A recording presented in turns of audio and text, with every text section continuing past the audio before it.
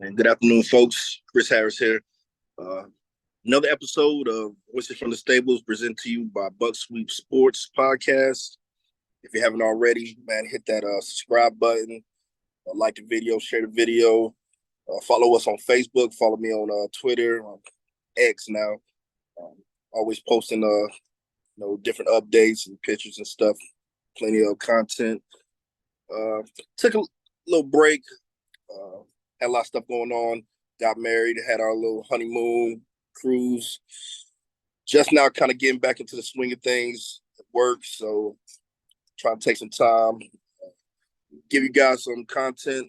It's been a while. Today's episode, we're gonna do a little brief recap of Friday's game against West Bladen. We're gonna talk about this upcoming game, homecoming game against Red Springs. Kind of talk about where things stand in the SAC 6 conference right now. And since we're past right there at the midway point in the season, kind of give my top four contenders in 2A East right now. So let's get started. Friday night, Clinton traveled down to Bladenboro, take on the West Bladen Knights in a game where pretty much Clinton dominated start to finish. I mean, pretty much what we expected. West Bladen is a program that's been down for the last decade or so. Their last winning season coming in 2014. So, I mean, just Clinton pretty much did what they were supposed to do, coming away with a 71-13 victory. Just some key stuff from the game. Quarterback Nadarian Blackwell had another great game. 2 weeks in a row, he's really strung together two really good performances, close to over 450 yards passing, 9 touchdowns, no interceptions. So it's good to see at this point of the season he's really, hitting his stride. And games like this are, you get a chance to really work on, the execution, little things like that. Coach Johnson always talking, taking what the defense is going to give them. And over the last 2 weeks, I mean, both defenses, Princeton and West Bladen, really gave us the pass, and we took advantage of it. And the Darren's been playing great. Something else that stood out on the defensive side of the ball, Morris Williams had a really, really, really good game. 4 sacks, 5 tackles for loss. Really, really dominated for that. He earned my Buck Sweep Sports Trench Warrior of the Week. On the offensive side of the ball, from that H-back, tight end position, made some huge, huge blocks, spring big plays. He's really hitting his stride, playing well. And congratulations to him. Just yesterday, received an offer from Ohio State University. That's a big time offer, especially for defensive linemen. I believe their defensive line coach Larry Johnson is one of the best D line coaches in the nation. Gets a lot of guys to the league. And a lot of those guys do well at the next level. So I know he's committed to Florida, but man, if I was a Gator fan, I'd be a little nervous. But just moving on, another guy that really stood out, my Buck Sweep Sports player of the game was Ja'Carrion Keenan. Now, normally makes a living on the defensive side of the ball, but over the last 2 weeks, he's really turning into a really reliable wide receiver. And just this last game here, just West Bladen, 3 receptions, 95 yards, and 2 touchdowns. He's really starting to stand out as a playmaker, somebody that Nadarian could go to, other than the norm. But he's really playing well. The only negative I could really find with this last game was we had a couple of special teams hiccups. Kickoff coverage in the first quarter gave up 2 kickoffs returns for touchdowns. That's basically the 13 points that West Bladen scored came off of special teams. And so that's just something, I'm pretty sure the coaches, it's going to be a point of emphasis in practice this week and moving forward. Executing, staying in lanes, breaking down, making the tackle. Got to take pride in special teams. Unfortunately, as good as the defense has played this year, we still haven't gotten a shutout. And a lot of times, this game, and I want to say the Northside Jacksonville game. Defense has a shutout, but special teams hiccups is what keeps it from being zero on the scoreboard for the opposite team. So that's just something moving forward. Really need to work on. Basically, my one negative. In a game like Friday, not a really a big deal, but you want to think about in the playoffs moving forward when you're starting playing tougher teams. Special teams hiccup like that could be the difference between winning or losing. So definitely something point of emphasis moving forward. But basically, that's my one negative, man. Basically, Clinton had a running clock all second half. Young guys got into the game, um, played well. JV guys didn't give them the score. Actually, JV offense, a lot of them young guys actually put points on the board. Freshman Jonah Boone scored a touchdown. And Tyler Patrick led the drive down the field, another freshman. So that's just something good to see moving forward. Like it's starting to rain out here. That's something good to see moving forward. Like I mentioned in the earlier show, Clinton's got a lot of seniors. So it's good to see these young guys, getting out there and getting reps, getting that confidence because, in the next year it's going to be a big turnover. So a lot of these guys are going to be asked to step up and play a major role. So that's one of the things. Like I was telling other guys, the conference, it's not that strong. We're going to see a lot of games like we saw Friday where it's going to be a running clock. This is a great opportunity, great time to really get your young guys, this playing time, get them on the field, get them comfortable. And that's just how you got to, approach it. Because like you said, next year it's going to be a big turnover. But basically, that's my little quick recap on the West Bladen game. If you want to read more in depth onto it, I got an article on the Buck Sweet Sports Facebook page. So you can check it out. Full breakdown of what happened. Moving forward now, we're going to talk about homecoming game against Red Springs. Homecoming always a fun time, man. A lot of people coming home, class reunions, stuff like that. Red Springs, they're coming into the game 3-3.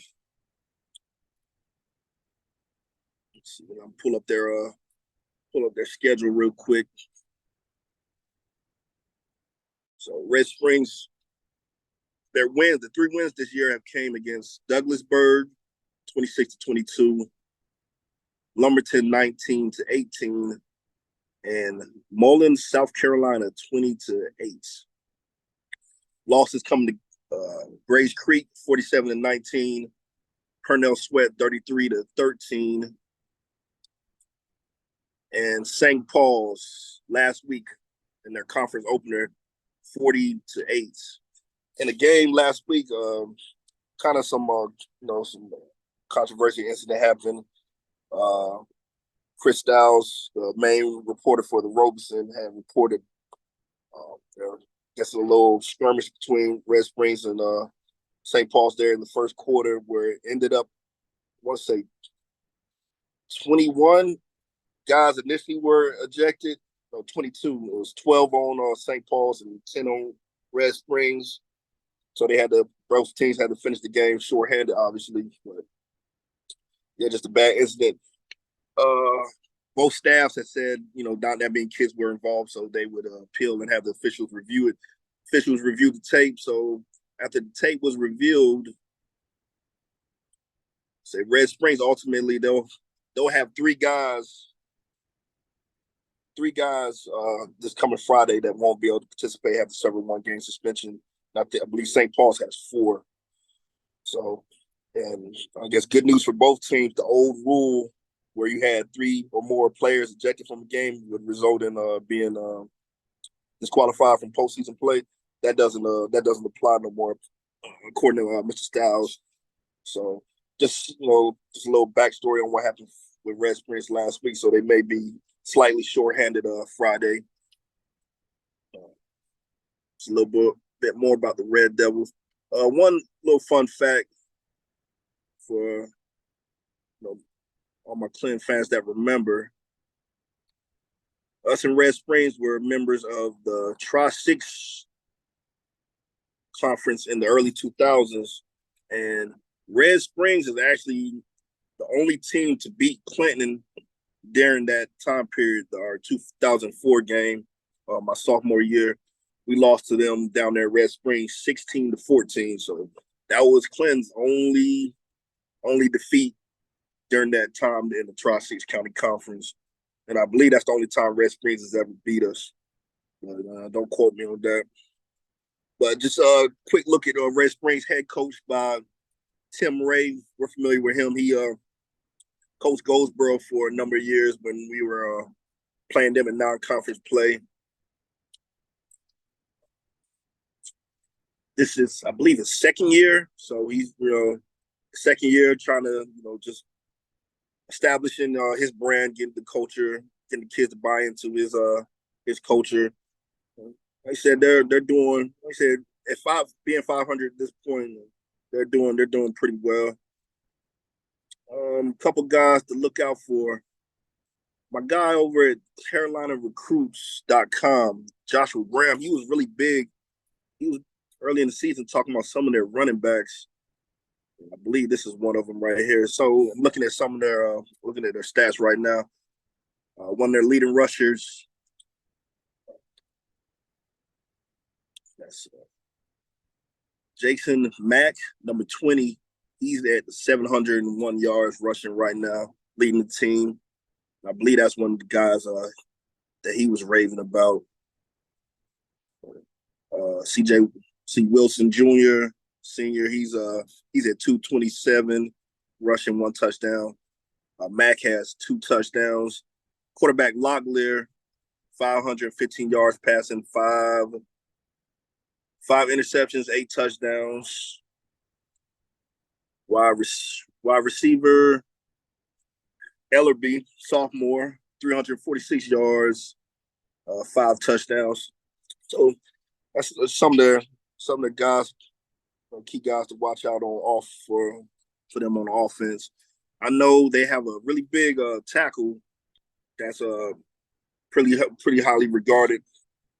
I believe he has an offer from UNC Pembroke, Tim Hammonds. So it's going to be interesting to see,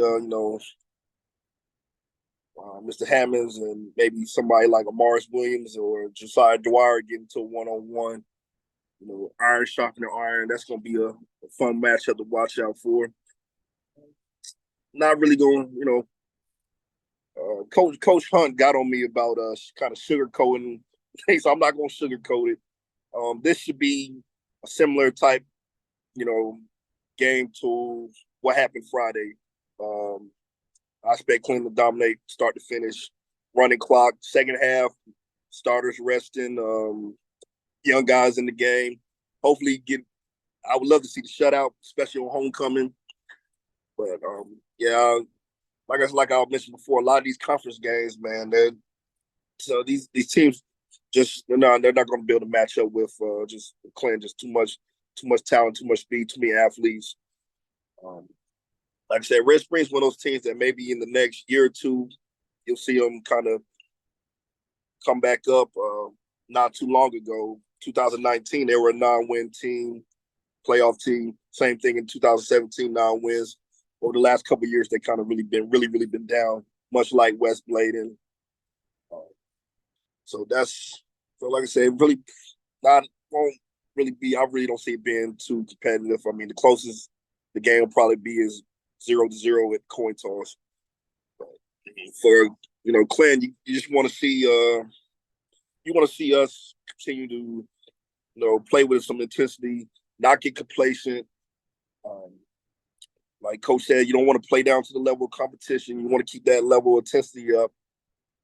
Continue to execute, limit penalties.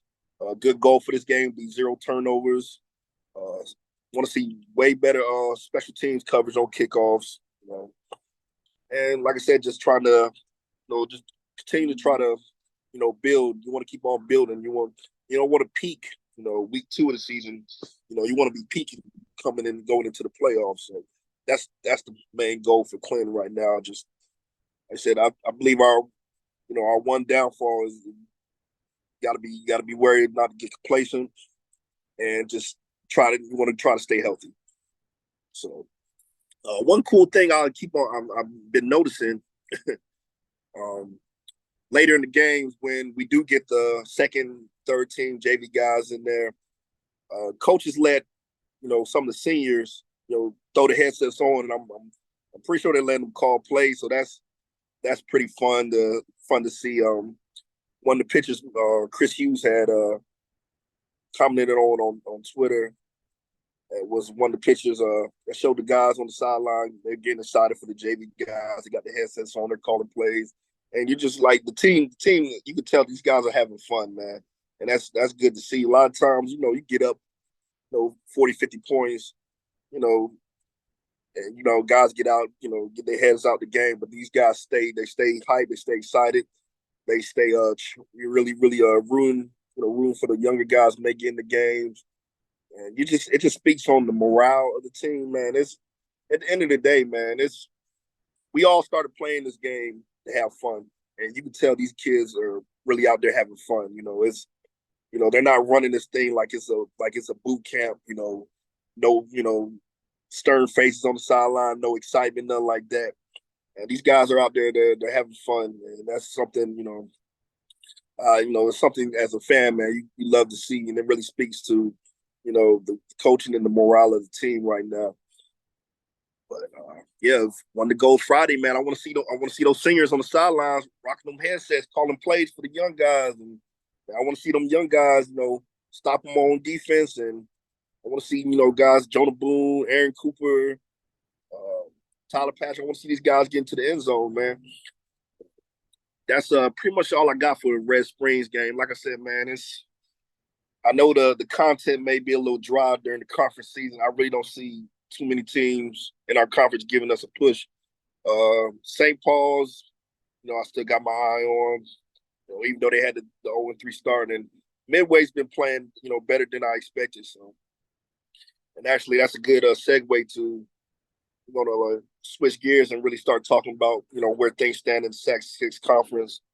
Obviously, my prediction of Clinton winning conference hasn't changed. Like I said, I believe we are the best team in the conference. I mean, I know also I'm gonna say I'm biased, but I'm just I'm speaking facts, man. I will say initially I thought the gap between 2 and 3, St. Paul's and Midway, was initially large. I knew St. Paul's had lost a lot of guys, graduation. Then you lose a running back like Marion Baldwin.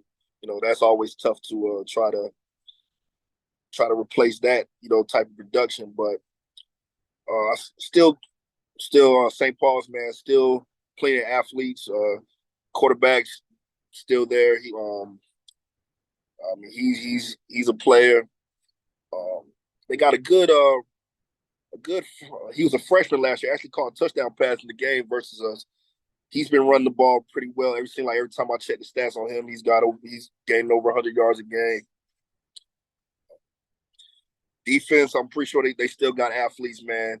Actually had one of their linebackers, Jamarcus Smith, was selected to the Shrine Bowl. So like I said, St. Paul's, I still have right now currently number 2. I still believe like I said, the gap between them and Midway, I feel like is made strong, but if I had to pick right now, I'm still picking St. Paul's. Midway, like I said, they played well. Just the one thing, like normal, man, Midway, they have the offense that can give you fits, man. They're gonna score. They can score points. They're gonna score points. It's just still that lack of defense, the lack of athletes, the lack of physicality when it comes to stopping other teams. Because one of the big things that stands out to me is, man, that 80 points they gave up to James Keenan. I mean, like I said, I feel like they can score with most teams, but are they going to be able to stop Clinton? Are they going to be able to stop St. Paul's? But like I said, still St. Paul's 2, Midway 3. Red Springs, I feel I bumped them up to number 4. I feel like 4 through 6. I feel like it's kind of a roll of the dice, but I'll bump Red Springs up based off what I saw with West Bladen. I mean, West Bladen has athletes, man, but they still, I mean, numbers wise, they still got a long way to go. So I got Red Springs coming in number 4. West Bladen and Fairmont basically fighting it out for the basement. But that's where I stand at as far as my Sac Six conference. And love to hear you guys' thoughts, man. Comment, let's talk about it. See what you think. So transitioning now into where things stand in the 2A East. My top 4 contenders, obviously, man. Number 1, once again, not to sound biased, but I feel like Clinton's done enough to really show that hey, they're championship contender, someone that could definitely represent the East. They proved it in the games versus Wallace and Whiteville, 2 teams that people had in high regards at that time. And like I said, I just feel like this team. I mean, it's scary because I don't. We haven't even played. I don't think we played our best ball yet. That's why I said you want to start peaking towards playoff time. But I feel like this team still has room to improve, and that's the scary thing.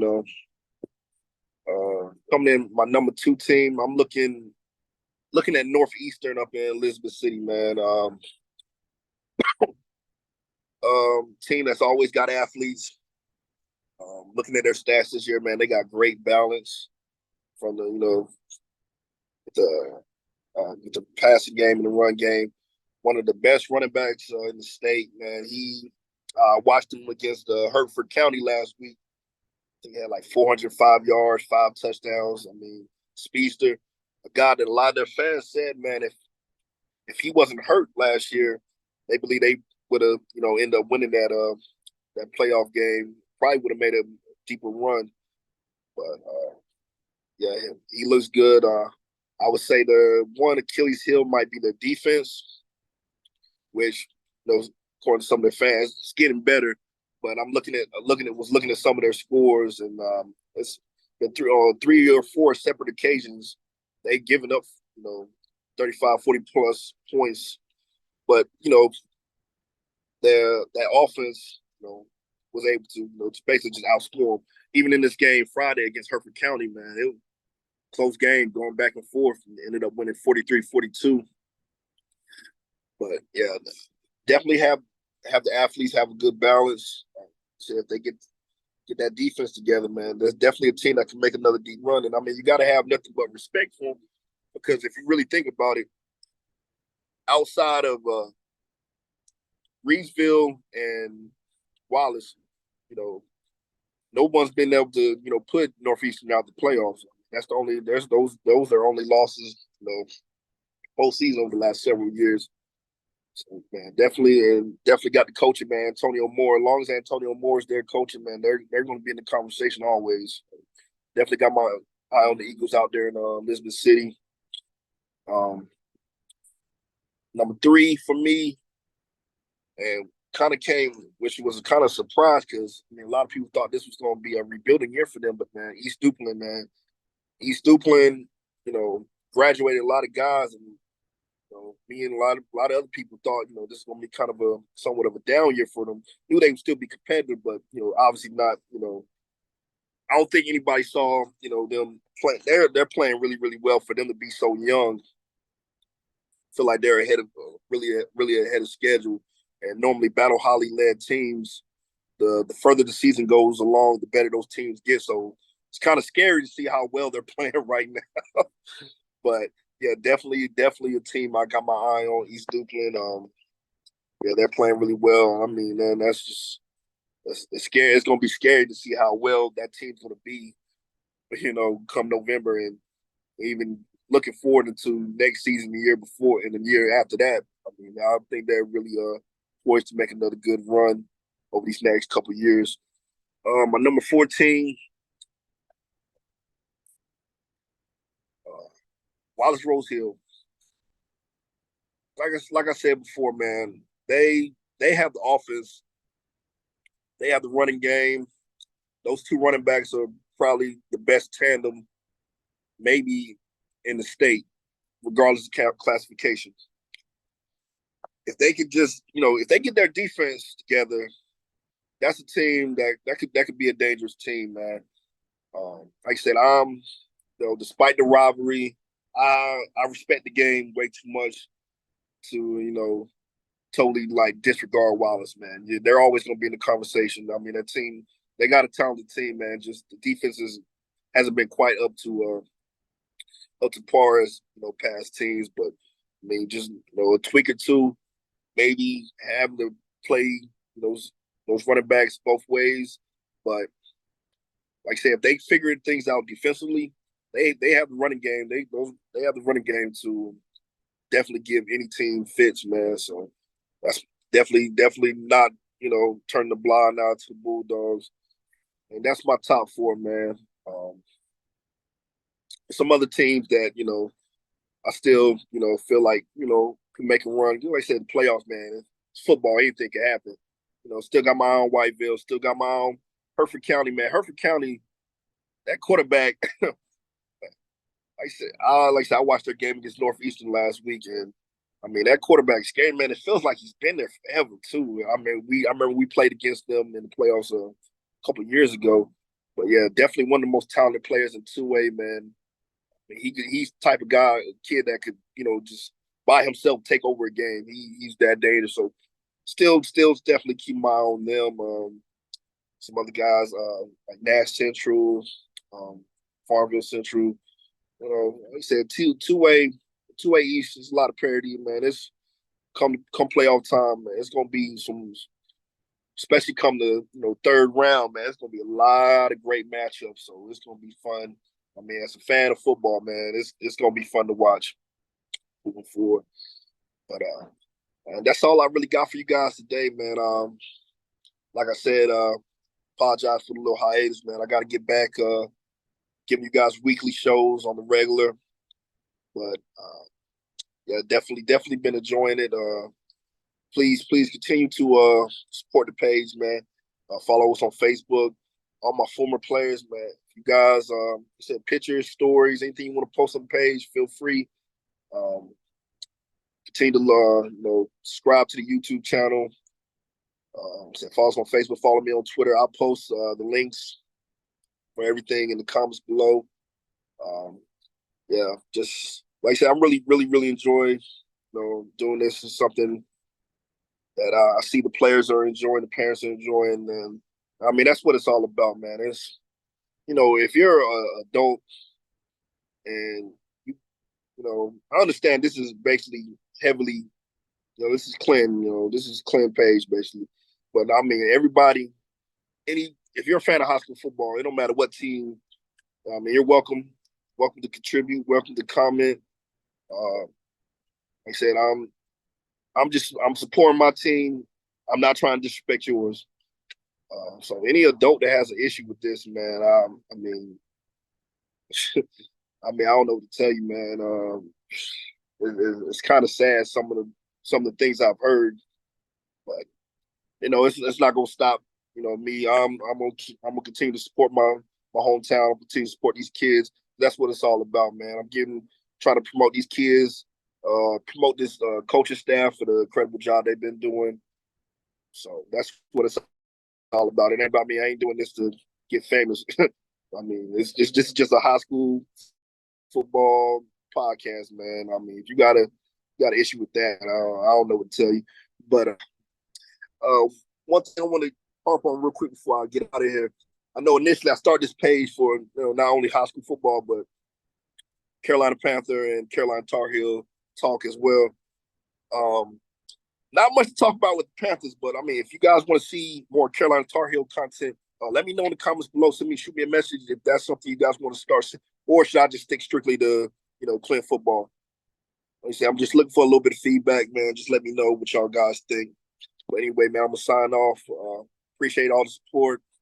If you guys can't make it to the game Friday night, the second best thing to do, man, download that Mixler app. Follow Oldies 1170. Man, check out J-Man Jonathan Griffin, Coach Jeff Sobel. They do a great job doing the play-by-play for the horses, man. A lot of information. Definitely one of the best radio broadcasters in the area, in my opinion, in the state, man. But yeah, definitely give them a check out if you can't make it to the game. If you have the NFHS network, it's like 10, $13 a month. You watch any high school in the country that has those cameras. But if you're a Clint fan, you have it. The radio team actually links their broadcast to the video. So I mean, it's basically like watching your favorite team on Saturday or Sunday. Got the video and got the broadcast. And definitely something me being stuck down here in Florida, something I'll definitely love having. But yes, definitely check those guys out. So hope everyone has a great week. Hope for a safe, injury-free game Friday night. All those fans coming from Red Springs, safe travels. Anybody coming from out of town, coming home for class reunions or just coming from homecoming period, man, safe travels. God bless, and go Dark Horses.